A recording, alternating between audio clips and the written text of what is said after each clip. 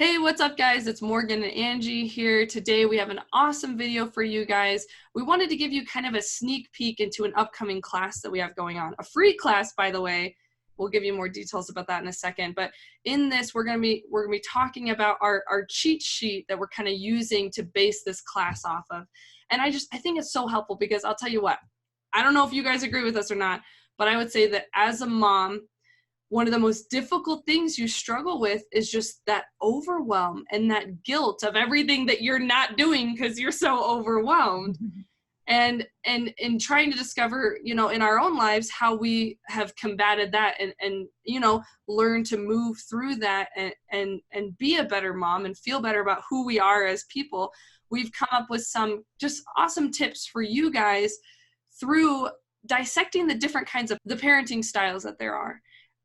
Because we all have, our kind of different things that we tend toward. Now, we all kind of have a little bit of everything at the same time, but when we can understand better where it is we're coming from and what, where it is we want to be, and then some tips on how to get from A to B, that's what this is here for you guys to be. So we're really excited about this. So Angie, if you want to start us off and talking, we've got this graphic we're going to put up here for you guys, and we're going to actually start with type B, the overprotective parent. Right. There's 3 different types. So the overprotective parent, we have a little helicopter on there because this is the type of parenting style that is very helicopterish, right? We hover and we smother and we really want to take over responsibility for our kids. We stay very involved. We know exactly what's going on with them. And I think you mentioned this, Morgan, but we all have all these different types of parenting styles at one point or another.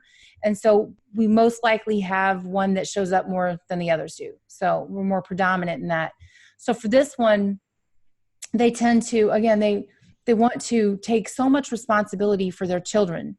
And the way that this looks like is perhaps if you have younger children that you want to do their homework for them.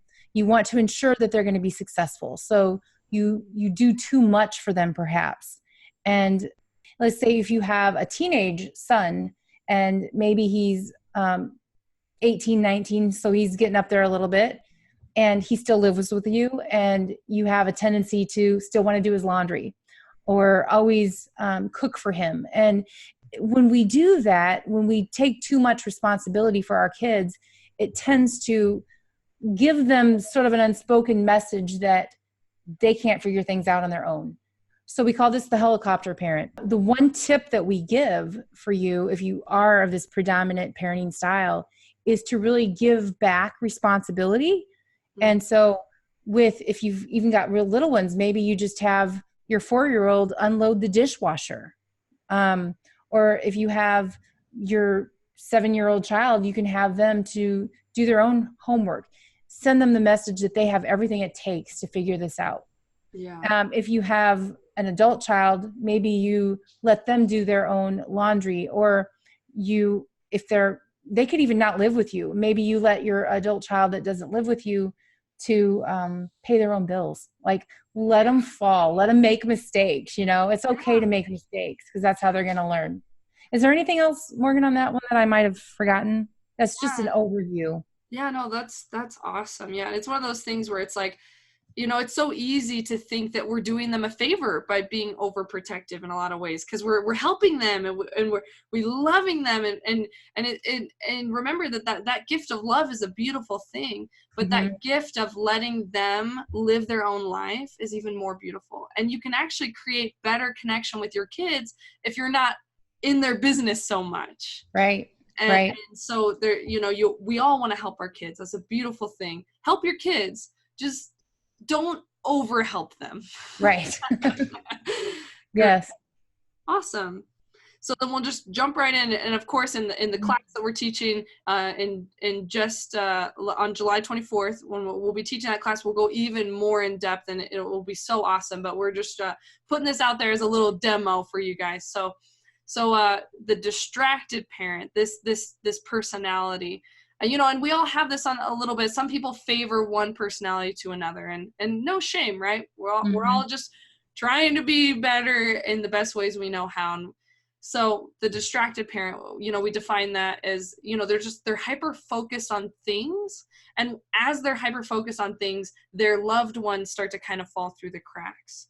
So some examples of this would be, you know, if you had like you know, a mom who she's just a workaholic perhaps, and just, you know, even, you know, once the 5 o'clock hour is over, she's bringing stuff home to work on it, and you know, and she's just constantly thinking about it, and it's hard to focus on anything else, and that distraction, you know, it really drives disconnection between the parent and child, because the child may feel like that parent is prioritizing work and things like that over that child's needs or feelings. And again, of course, you know, every situation is different. Some moms have to work, some dads have to work, some moms and dads don't.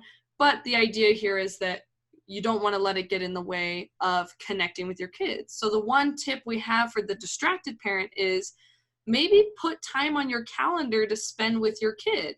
You know, put time on your calendar to make a tent out of blankets with your 4-year-old, or to take your 11-year-old out to get ice cream, or to go to the movies with your adult child. Like, putting time on your calendar, you know, it may sound like, oh, like there's, you know, it's family, you're not supposed to put them on your calendar. But if you're struggling to connect with them and you put it on your calendar and you make that commitment and follow through with it, like, your kid is really going to appreciate that, and you may really appreciate that you're allowing for a deeper connection with certain family members. So, Right. Anything else you want to add, Angie?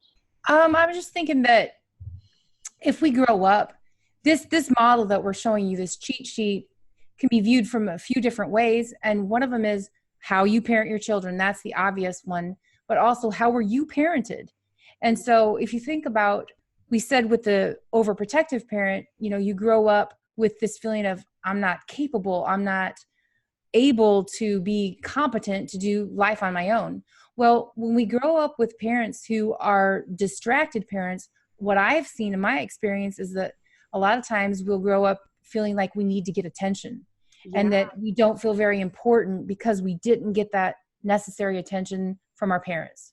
Yeah. So, and then the third way that we can look at this chart is, so how you parent your children, how you were parented, but then also how do we parent ourselves? This goes a little bit deeper. And when we do the class on July 24th, we'll be diving into this there's so many depths to this that we can go on and on about it. So. Yeah. And even in it being reflected in your parenting, reflected in your relationships in general, with your children, with your spouse, everything. So it's very all encompassing. It's really cool. So yeah, do you want to lead us on the critical parent now? Yes. So this is C on your chart on the cheat sheet. This is the critical parent.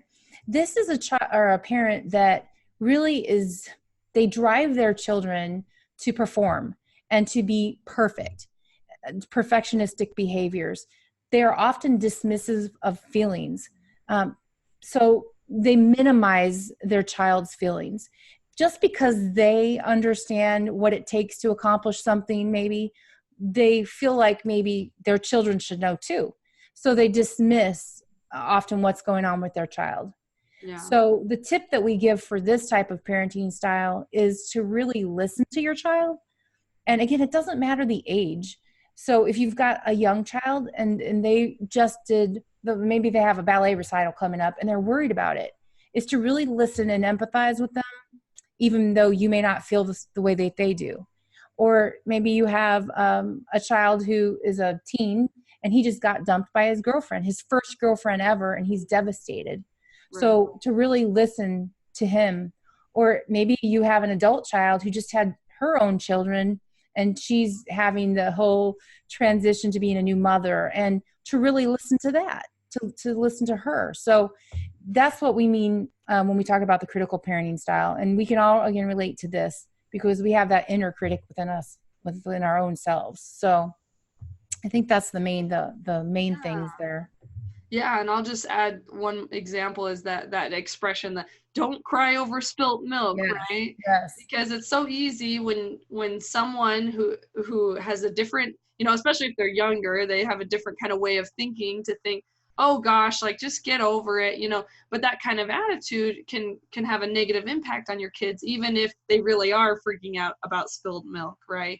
But just Yes. listening to them and giving them that free space to allow themselves to like express their emotions will Mm-hmm. actually help them so much in the future, because they won't feel like, am I going to do this wrong? Am I going to, and be Yeah. second guessing it, and have that lack of trust that can come from that overcritical parenting.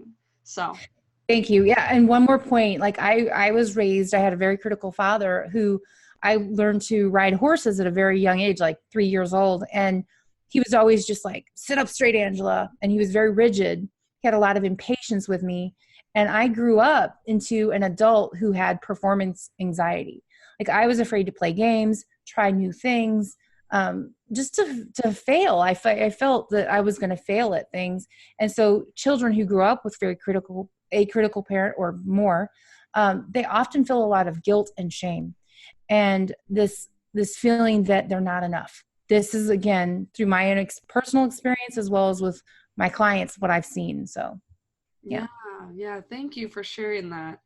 you're welcome. So then, yeah, just kind of bringing us to the center here, the compassionate parent is the goal, right? And I Mm-hmm. always kind of like of thinking it's kind of in the middle of overprotective and the hard ass, right? Because it's balancing healthy boundaries and love and compassion. And so it's that kind of parent is the parent that says, I'm here for you, and I know you've got this. Like I know that you can do this, and encouraging them, empowering them to believe in themselves and to create their own success.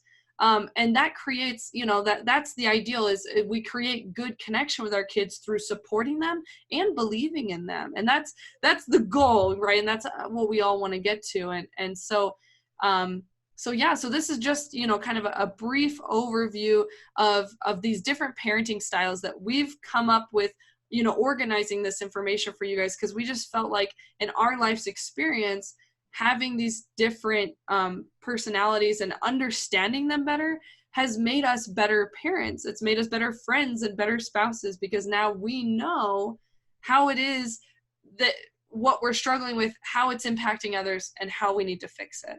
Mm-hmm. So go ahead. Yeah. Yeah, I was just going to say, so on our July 24th class, where we're going to really dive deep here is to look at how all of these styles of parenting actually have some people pleasing elements to them. Mm-hmm. And it may not be obvious from first glance, like the overprotective parent seems obvious that could be one that's wanting to please her children. Yeah. But we're going to really go into how it's impacting all of these types of parenting styles and what to do about that. And this is going to be a real lesson in awareness for you. And I think you're going to come away with it with so much more ability, at least awareness. Awareness is the first step, right, Morgan, in anything. Yeah. We don't have awareness, we can't change it. So you'll have that awareness of what you can do differently. And it will create so much more closeness and connection with the people you love. And that includes with yourself. We often don't put ourselves on that list of, well, who do you love most in the world? You know, we won't often make that list at all. Yeah. So I think I'm really looking forward to talking to you more about it. Yeah.